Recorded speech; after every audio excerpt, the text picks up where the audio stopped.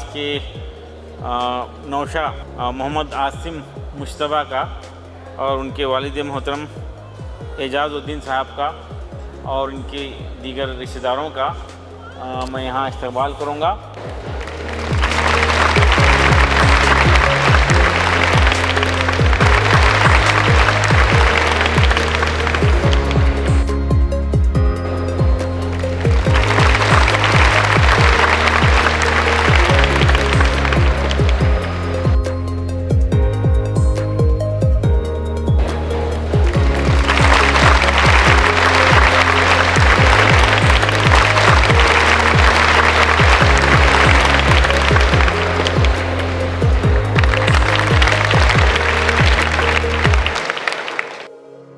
अस्सलामु अलैकुम रहमतुल्लाहि व बरकातुहू। Thank you. I thank the Honorable President of Shaheen Group, Dr. Abdul Qadir sir, my parents and other members who are present here. I am Mohammad Asim Mustafa. I have qualified UPSC Civil Services 2022 and I will be in the Group A Civil Central Service and the service allocation is being awaited. So this is my fourth attempt and मेरी एक छोटी सी journey है that I have completed my schooling from Guru Nanak Public School Bidar, then completed my 12th from Sri Chaitanya Junior Kalasala, Hyderabad, and then engineering from BE Chemical Engineering, BMS College of Engineering, Bangalore. And then I did 2 years of job in Jindal and then I started preparing for UPSC Civil Services. And I am, Alhamdulillah, I am an officer today and standing in front of you.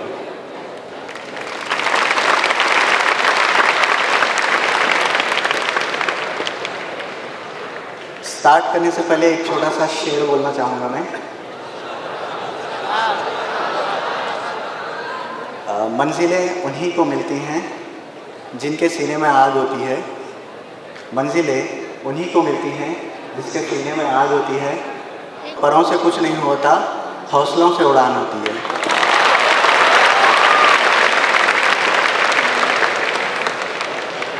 I have achieved this success primarily because one is my parents' support, without which it was nearly impossible for me to achieve this success. Second thing, the very inspiration from which I am able to get into service is, one is our earlier officers such as PC Jafar sir and Harsh Gupta sir, and then my prime motivation. My prime motivation, which includes IPS Naveen Bhai and IAS Haris Sumer, they guided me and they have helped me to achieve my dream. Okay, so मेरी एक suggestion है that if I am a normal candidate who has been residing in Old City just behind the Shaheen College, and if I am able to achieve such a success, then anyone can achieve that. And I want everyone to look into different perspective of career building, and civil services is one platform where you can work towards building society, developing nation and contributing to larger sections of the society. So मेरी journey का एक असूल रहा है कि जब भी मैं कुछ भी प्रिपरेशन करता हूँ तो that should be targeted enough and then that should be disciplined. So I am assuming that most of the students here are preparing for NEET and engineering. So I would suggest everyone that they should work for dedicatedly. पढ़ाई सिर्फ ये नहीं होती है कि मैंने पढ़ लिया और एग्ज़ाम में लिख दिया एंड उसके बाद अगले दिन शाम में पूछूं तो मुझे याद नहीं है क्या पढ़ा मैंने। पढ़ाई वो होती है जो मैं अभी पढ़ रहा हूँ और अगर 4 साल के बाद मुझे कहीं अप्लाई करना पड़े मेरी एजुकेशन को तो मैं इजीली अप्लाई कर पाऊँ, एंड ऐसा नहीं कि मुझे पता ही नहीं कि मैं क्या पढ़ के आया हूँ।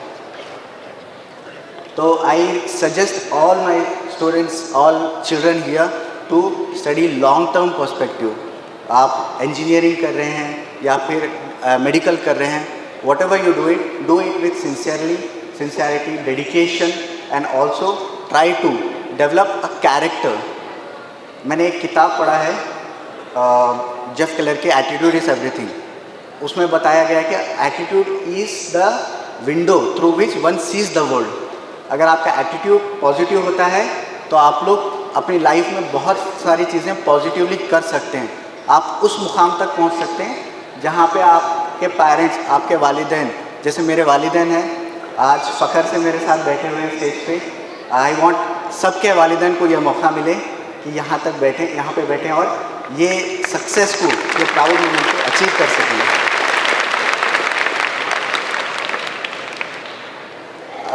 लास्टली फेलियर्स भी एक इंसान की ज़िंदगी का एक अहम हिस्सा होता है।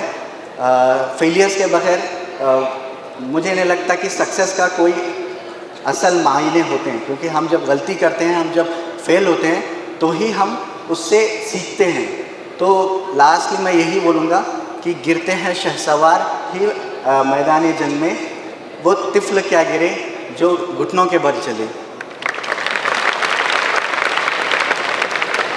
इसका मतलब मैं समझाते हुए अपनी टॉक को ख़त्म करता हूँ कि वही लोग अपने अंजाम तक पहुँचते हैं जो मैदान में जम के खड़े रहते हैं और फाइट करते हैं आखिर तक। वो लोग नहीं जो घुटनों के बल चलते हैं और they don't take initiative, they don't take courage, they don't do hard work and they are not sincere to themself. So 3 चीज़ें बताऊँगा। खुद से सिंसियर रहना सबसे इम्पोर्टेंट है, क्योंकि अगर आप खुद को धोखा दे रहे हैं तो फिर दुनिया में आप चाहे कुछ भी कर लें, आप सक्सेस नहीं कर पाएंगे। तो जो भी कर रहे हैं खुद से सच्चाई के साथ, सिंसियरिटी के साथ आप काम करें। And I thank everyone that I am given such an opportunity to speak. अस्सलाम वालेकुम। अस्सलाम वालेकुम। हर पेरेंट की जिम्मेदारी होती है कि अपने बच्चों को, अपने चिल्ड्रंस को हर लेवल पे मोटिवेट करें। अगर वो पास हों, फेल हों, कुछ नंबर कम लें, कुछ नंबर ज़्यादा लें। अब मेरा लड़का दिस इज़ 4th अटैम्प्ट है जिसमें वो सिलेक्ट हो गया। तो फर्स्ट, सेकंड, थर्ड थोड़ा डिफ़िकल्ट था। फर्स्ट अटैम्प्ट तो बिल्कुल जस्ट प्रिपरेशन स्टार्ट किए थे, वो कुछ मालूम नहीं हुआ। सेकंड एंड थर्ड अटैम्प्ट जो था उनका बिल्कुल नैरो मार्जिन, बहुत कम नंबर से नहीं आया था उनका रिज़ल्ट। बहुत अच्छे तरीके से हम, हमारी वाइफ, उनके ब्रदर्स बहुत मोटिवेशन किए, उनको समझाए। और वो भी एक जस्ट लाइक रॉक, चट्टान के तरह ठहरने वाला बच्चा है वो। तो वो भी सुन लिया, समझ लिया और उसको एजुकेशन को, पढ़ाई को कंटिन्यू किया हो, जिसके नतीजे में आज यूपीएससी क्लियर कर दे, वो क्लियर करके ऑफिसर बन गए हो। तो मोटिवेशन बहुत ज़रूरी है। और बच्चों का भी ये काम है कि बच्चे बहुत सिंसियरली, मतलब ओपन हार्ट, किसी प्रेशर के बगैर कि मेरे पेरेंट्स ये करो बोले, वो करो बोले, मुझे करना है, वैसा नहीं। अपने को जिस टारगेट या गोल या किसी चीज़ का जो आप एम रखते हैं उसको ऑनेस्टली करना चाहिए। बस इतना 1-2 बात कहते हुए मैं खदीर सर से ये कहता हूँ कि चेयरमैन सर से बहुत शुक्रिया अदा करता हूँ। खुदा हाफिज़।